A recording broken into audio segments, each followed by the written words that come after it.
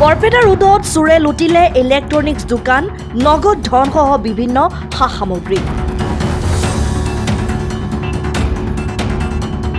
বৰপেটা ৰোডৰ শিমলুগুৰিৰ এখন ইলেক্ট্ৰনিক্সৰ দোকানত বুধবাৰে নিশা চোৰে নগদ ধনসহ লুট কৰি নিয়ে ইলেক্ট্ৰনিক্সৰ বিভিন্ন সা সামগ্ৰী।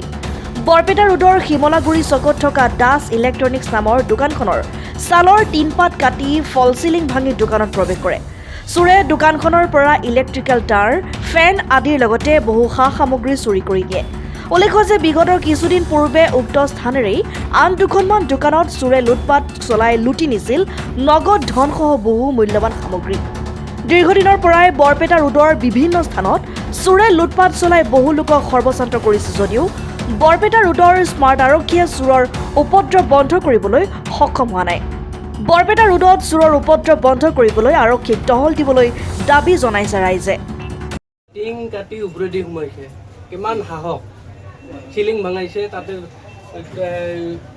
কাঠৰ হেৰি আছিল, বাটাম আছিল, বাটাম ভাঙাই কেনে সোমাইছে, পুৰা কাটি দিছে। হৈয়ে থাকে কিছুদিন আগতে ইয়াত এই দোকান গেলামাল দোকানতো চোৰ হৈছে, হৈয়ে থাকে পুতুক কথা। চিকিউৰিটি বিচাৰোঁ, পুলিচে পেট্ৰলিং দিব লাগে, হৈয়ে থাকে। পুলিচে চিকিউৰিটি দিব লাগে। ঘটনাটো কি হৈছে, চুৰ কৰিছে যোৱাকালি ৰাতি। কি লৈছে? তোৰ তাঁৰ আছিল, বৰ্ড আছিল, লাইট আছিল, 5,000 টকা কেছত লৈ গৈছে। পইচা আছিল, দোকান লৈ গৈছে। News desk report, Assam time. ৰাইজৰ কণ্ঠ অসম টাইম।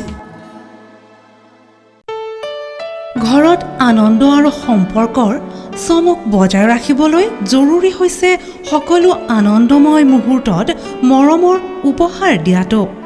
সেইবাবে মধুশ্ৰী জুৱেলাৰ্ছে আনিছে সকলো ৰঙীন ক্ষণৰ বাবে বিশেষ গহনা।